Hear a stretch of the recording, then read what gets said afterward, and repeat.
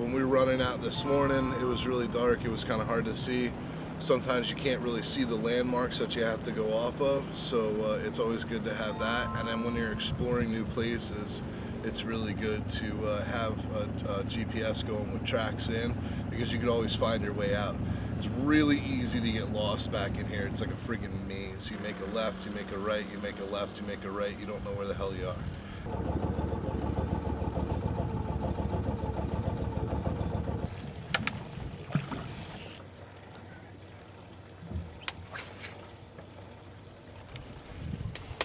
I got to teach Roger how to use an anchor.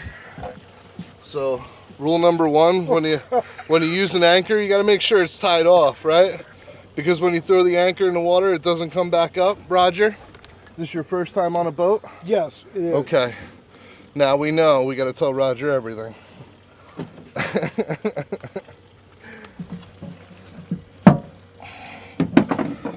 All right, so we're finally back out on the water.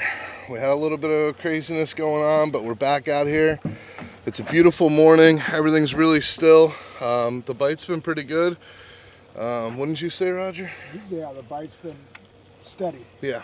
Steady to good. So hopefully we're gonna lock into something. I'm gonna get some bait cut up and get the poles out, and then we'll be back. So right now we're up in Hickenbottom. So we're a bit north of Pine Island. So we ran probably about 3 miles north of where we put in. It's always good fishing up here. Not a lot of people come up. So what we do here with the pinfish is we cut the top off them, cut the spines right off, and then we'll chunk this tail off of here, and then we'll get the head off of here.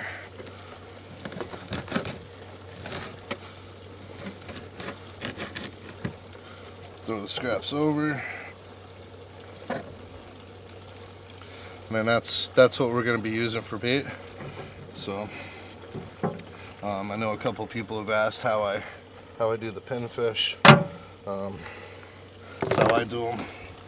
Try not to drop the little bastards. They are squirrely. So you grab them just behind the gill. Once you got them there, they don't really get off. And then, always cut away from yourself.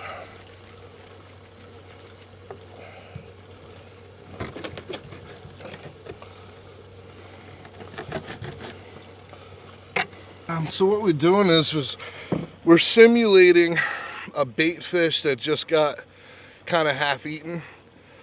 So you get the blood in the water, you get the smell in the water, and it's just a chunk of free food sitting there. And even though redfish and snook are predators, they will pick this stuff up on the run when they're chasing other stuff. So it's an easy meal for them. And then again, when we hook them, we just go right through the corner of them, so that when you look at it, the hook has plenty of room to hook them. I know it's a little hard to see, but hook's got plenty of room.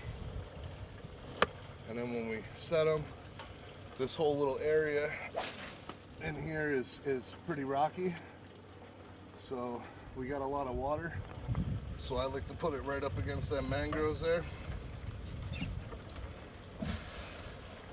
Because when you think about it, that's where the bait are. The bait are in the mangroves because it's good hiding. So the predators are going to be patrolling the edges of those mangroves, waiting for them bait fish to come out, and that's when they grab them. So you want to put your bait where they're running for the bait. If they're running against the bank and you throw it away from the bank, well, then you're not going to get anything because you're not where they are. So just the general notion that I'm getting sitting here, I seen some pushing off of that point. We just had something pushing off of that point. This is like a good heavy area for them. Oh, we just had something run here at the boat and turn. So I think it's a good display of what's in here right now. We do have fish in here. They are feeding. They are moving. You can see them moving. Like I always say, you always want to watch the top of the water where you're at and what you're doing, because that tells you what's around you and what's happening. So we got some bait fish jumping right there by the mangroves. So that's a good sign. It means that they're being pushed around. I'm an old man. I can only do one thing at a time. All right, well, don't hurt yourself. That was the sorriest cast I think I've ever seen in my life. Yeah. I've seen little girls cast farther with a freaking Barbie pole.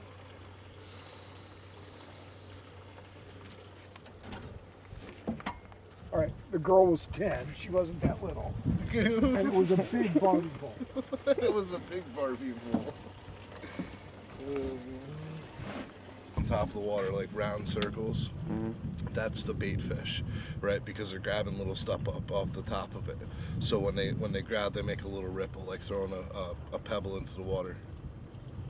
When you see streaks, those are your predators. Those are what's going after them, because they're shooting through the water like torpedoes. And a lot of times in the shallow water, you'll see them with their fins straight up out of the water, and they'll be going.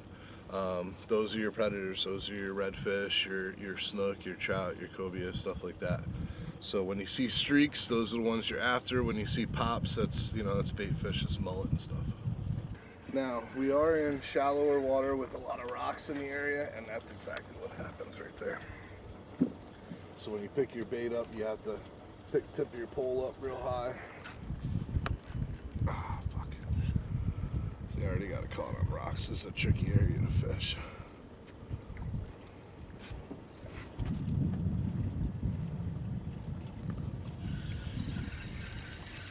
So you want to pick your pole up real high and then real fast, and that brings your bait to the top of the water.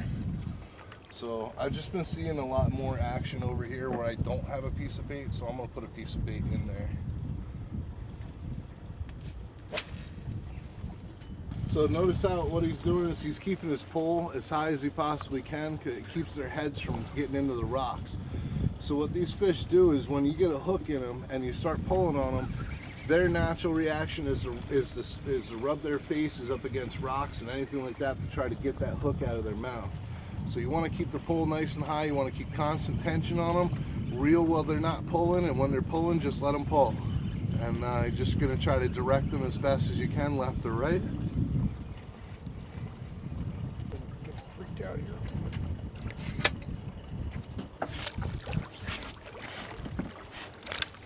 We got him. Nice little snook. Yeah. There you go, sir. That's a good way to start the day. That's a good way to start the day, is right? Yeah, baby. It's a nice snook. Yeah, thanks. Get him out of here. Hey, I want to put him down.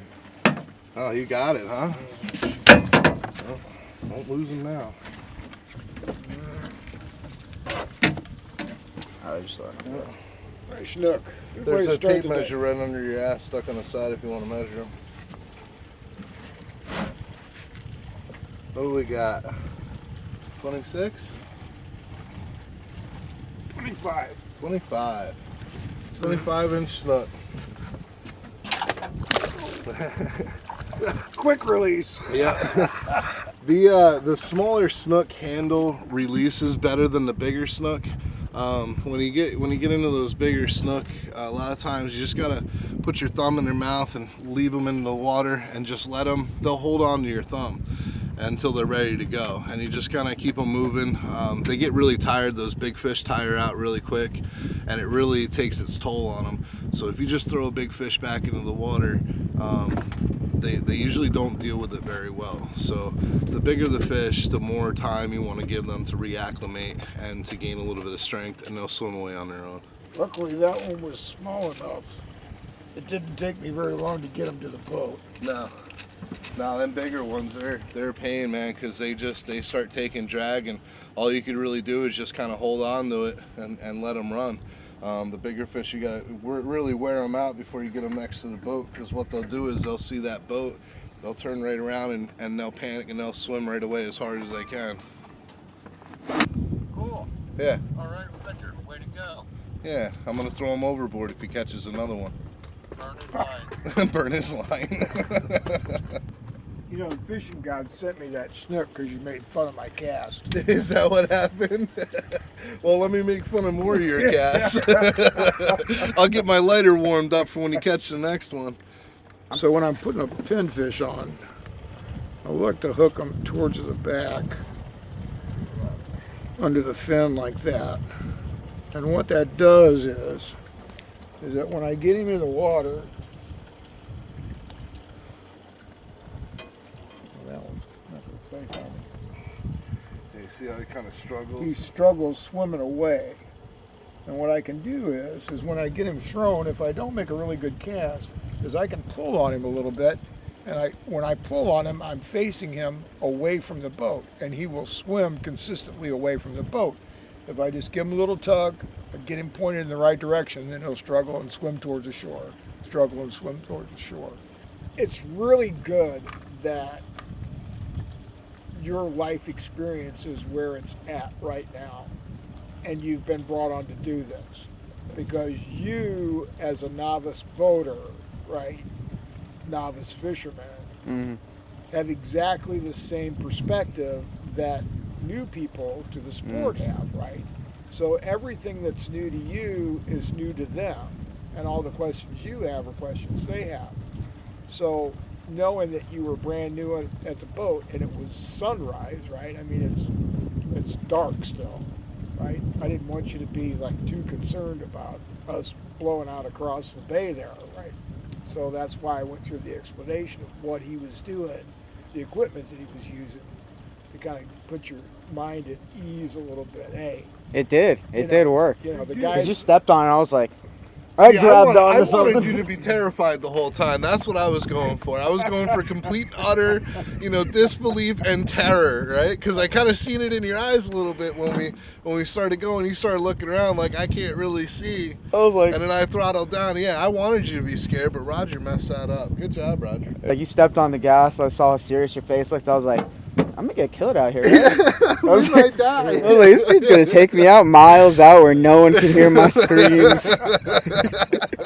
No one's gonna hear your screams out here, and even if they do, they can't get to you. So don't worry about it. See, that's some other shit that it's like, I had no idea.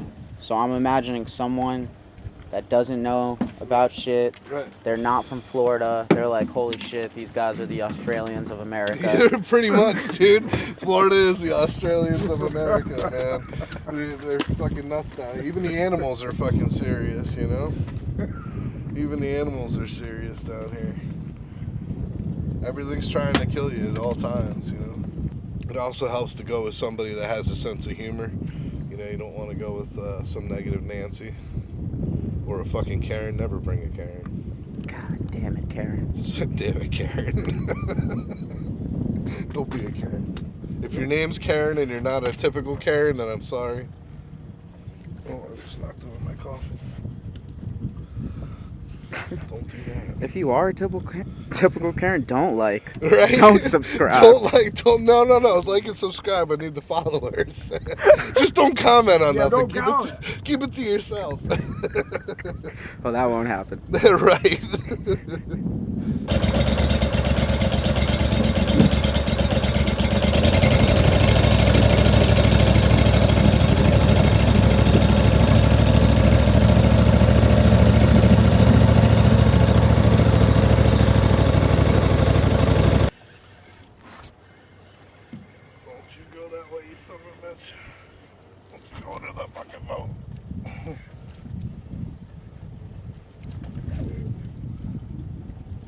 Fuck.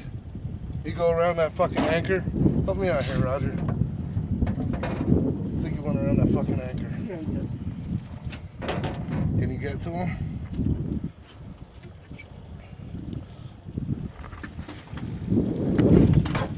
Came off.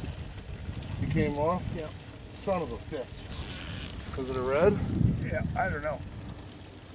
All I got was a hook. There wasn't a fish on it. Damn. See, that's what I mean. It's hard to control the big ones, because he ran right for that anchor. I was trying to keep him out of there, but I didn't have enough on the pole to keep him out of there. And you got to worry about popping your line too. So a better first mate would have, you know, seen it going towards the anchor and got the anchor out of the way for me. Right. But unfortunately, we don't have one of those today. All you gotta do is clip it. I know. You got a cripple and a dude with one leg. I just enjoy the hell out of it. I love it. Even if I lose them, I had the best part of them, you know. So he's on. He's on. There we go. Fuck. Oh, fucking way. I had to stand up and I fucking let too much slack on him. Damn this one leg. Damn it all to hell. Just cost me that fish. That was red. I was. Yeah. That was a nice red too. Yeah. That was definitely a slot red. Yeah. I've seen the boil. Damn. I gotta remember to stand up before I grab the pole. But look at that, he broke my holder. That's how hard he hit it. And when he actually had it and took off with it, it broke my holder. Because the pole was sitting in there like that. So when he grabbed it and hit it, it was a good one. I'm gonna need more bait. Bait! Damn this one leg. I see so much online, you know, like Facebook and stuff, because you get a lot of people that come down to the area and they join these Facebook groups, which is awesome, you know. And they have a lot of questions about where to go, what to use, how to do this, because a lot of them aren't accustomed to this type of fishing, whether it be this type of saltwater fishing or just saltwater in general. And that seems to throw a lot of people off, but fishing is fishing. Predators think like predators think. It's not just fish, but it's also, you know, mammals, birds, all that stuff. Predators think a certain way. And when you understand how that predator thinks, you can understand what you need to do to get them. And that's what the show is about. It's about, even, you know, if you've been fishing your whole life, but maybe you never fished here. So it's about learning this. And if you just had the thought about getting into fishing, this is what this is for, you know. So fishing and hunting are similar in this aspect. So fishermen, like hunters, will get out like we did this morning. You know, you leave before daybreak, you get to see the sunrise. In fishing and in hunting, what you get to witness is that at both sunrise and sunset there's a lot of activity, right? The world, if you will, comes alive. And so there's a lot of activity at daybreak and at sunset. And the beautiful thing about being a hunter or a fisherman is that you get put into that place and you get to see the world come alive, right? Go to sleep or come alive, whatever the case may be. It's almost like a step back in time. It's right. almost like you can go back in time. And so, as you see all the you know, the fish moving and the fish jumping, or the deer start feeding, or the turkeys going on to roost, whatever that is, you become immersed in it, and you become immersed in nature, right? And it's just not people that populate the earth, right? And so it's a really cool experience because you're there and you're witnessing it and you feel a part of it. And it's really great. I love to take people hunting that have never been hunting, and I love to take people fishing that have never been fishing, because then they get to experience that part of it. And that's the critical part. I think that's the thing that really gets people going. And then the catching part, right, the success is just an added bonus to that immersion into the outdoors. That's why I love to fish.